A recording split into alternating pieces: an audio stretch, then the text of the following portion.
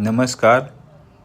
आज हम बात करेंगे गीता के 18वें अध्याय के श्लोक क्रमांक 46 एवं 47 के बारे में। यतः प्रवृत्तिर्भूतानां येन सर्वमिदं ततं स्वकर्मणा तमभ्यर्च्य सिद्धिं विदन्ति मानवः। जो सभी प्राणियों का उद्गम है और सर्वव्यापी है, उस भगवान की उपासना करके मनुष्य अपना कर्म करते हुए पूर्णता प्राप्त कर सकता है। तात्पर्य: जैसा कि 15वें अध्याय में बताया जा चुका है, सारे जीव परमेश्वर के भिन्नांश हैं। इस प्रकार परमेश्वर ही सभी जीवों के आदि हैं। वेदांत सूत्र में इसकी पुष्टि हुई है। जन्माद्यस्य यतः, अतएव परमेश्वर प्रत्येक जीव के जीवन के उद्गम हैं।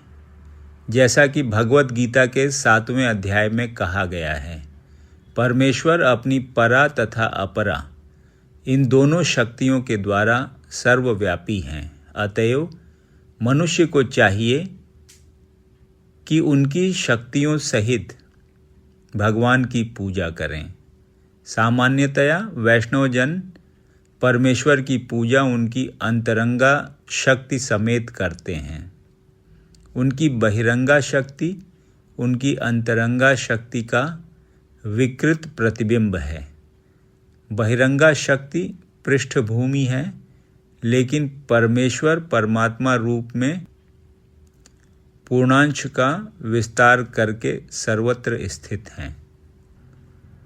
वे सर्वत्र समस्त देवताओं, मनुष्यों और पशुओं के परमात्मा हैं। अतएव मनुष्य को यह जानना चाहिए कि परमेश्वर का भिन्नांश होने के कारण उसका कर्तव्य है कि वह भगवान की सेवा करे। प्रत्येक व्यक्ति को कृष्ण भावनामृत में भगवान की भक्ति करनी चाहिए। इस श्लोक में इसी की संस्तुति की गई है। प्रत्येक व्यक्ति को सोचना चाहिए कि इंद्रियों के स्वामी ऋषिकेश द्वारा वह विशेष कर्म में प्रवृत्त किया गया है। अतएव जो जिस कर्म में लगा है, उसी के फल के द्वारा भगवान श्री कृष्ण को पूजना चाहिए। यदि वह इस प्रकार से कृष्ण भावनामय होकर सोचता है, तो भगवत कृपा से वह पूर्ण ज्ञान प्राप्त कर लेता है। यही जीवन की सिद्धि है। भगवान ने श्रीमद् भगवत गीता में 12.7 में कहा है, तेषामहं समुद्धर्ता। परमेश्वर स्वयं ऐसे भक्त का उद्धार करते हैं।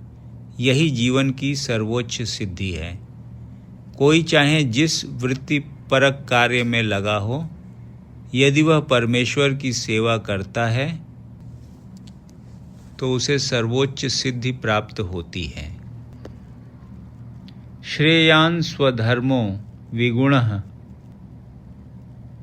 परधर्मास्त्वनुष्ठितात् स्वभावनियतं कर्म कुर्वन्नाप्नोति किल्बिषम्।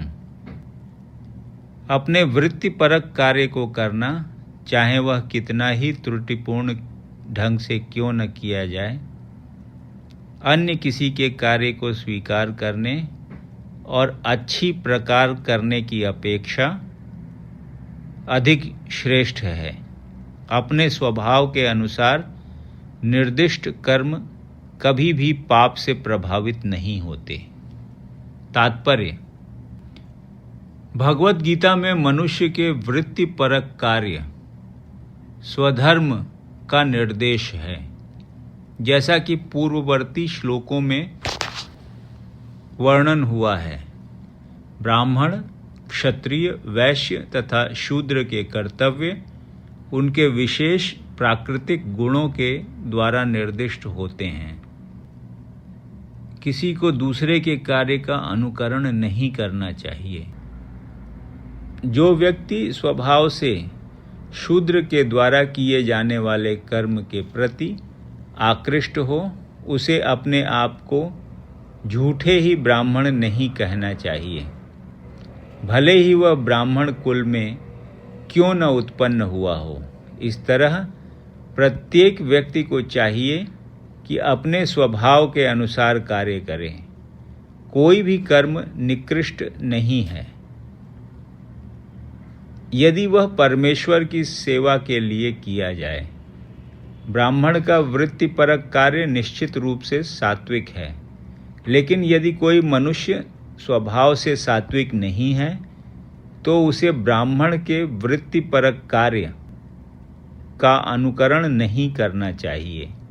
क्षत्रिय या प्रशासक के लिए अनेक गर्हित बातें हैं। क्षत्रियों को शत्रुओं का वध करने के लिए हिंसक होना पड़ता है और कभी कभी कूटनीति में झूठ भी बोलना पड़ता है। ऐसी हिंसा तथा कपट राजनीतिक मामलों में चलता है, लेकिन क्षत्रिय से यह आशा नहीं की जाती कि वह अपने वृत्तिपरक कर्तव्य त्याग कर ब्राह्मण के कार्य करने लगे। मनुष्य को चाहिए कि परमेश्वर को प्रसन्न करने के लिए कार्य करे। उदाहरणार्थ, अर्जुन क्षत्रिय था, वह दूसरे पक्ष से युद्ध करने से बच रहा था, लेकिन यदि ऐसा युद्ध भगवान कृष्ण के लिए करना पड़े तो पतन से घबराने की आवश्यकता नहीं है। कभी कभी व्यापारिक क्षेत्र में भी व्यापारी को लाभ कमाने के लिए झूठ बोलना पड़ता है। यदि वह ऐसा नहीं करे तो उसे लाभ नहीं हो सकता। कभी कभी व्यापारी कहता है, अरे मेरे ग्राहक भाई, मैं आपसे कोई लाभ नहीं ले रहा। लेकिन हमें यह समझना चाहिए कि व्यापारी बिना लाभ के जीवित नहीं रह सकता। अतएव यदि व्यापारी यह कहता है कि वह कोई लाभ नहीं ले रहा है तो इसे एक सरल झूठ समझना चाहिए। लेकिन व्यापारी को यह नहीं सोचना चाहिए कि चूंकि वह ऐसे कार्य में लगा है जिसमें झूठ बोलना आवश्यक है, अतएव उसे इस व्यवसाय को त्याग कर ब्राह्मण की वृत्ति ग्रहण करनी चाहिए। इसकी शास्त्रों द्वारा संस्तुति नहीं की गई। चाहे कोई क्षत्रिय हो, वैश्य हो या शूद्र, यदि वह इस कार्य से भगवान की सेवा करता है तो कोई आपत्ति नहीं है। कभी कभी विभिन्न यज्ञों का संपादन करते समय ब्राह्मणों को भी पशुओं की हत्या करनी होती है, क्योंकि इन अनुष्ठानों में पशु की बलि देनी होती है। इसी प्रकार यदि क्षत्रिय अपने कार्य में लगा रहकर शत्रु का वध करता है तो उस पर पाप नहीं चढ़ता। तृतीय अध्याय में इन बातों की स्पष्ट एवं विस्तृत व्याख्या हो चुकी है। हर मनुष्य को यज्ञ के लिए अथवा भगवान विष्णु के लिए कार्य करना चाहिए। निजी इंद्रिय तृप्ति के लिए किया गया कोई भी कार्य बंधन का कारण है। निष्कर्ष यह निकला कि मनुष्य को चाहिए कि अपने द्वारा अर्जित विशेष गुण के अनुसार कार्य में प्रवृत्त हो और परमेश्वर की सेवा करने के लिए ही कार्य करने का निश्चय करे। यदि आपको ये वीडियो पसंद आया तो इसे लाइक करें और ऐसे ही अन्य वीडियोज़ को सुनने के लिए इस चैनल को सब्सक्राइब करें। धन्यवाद।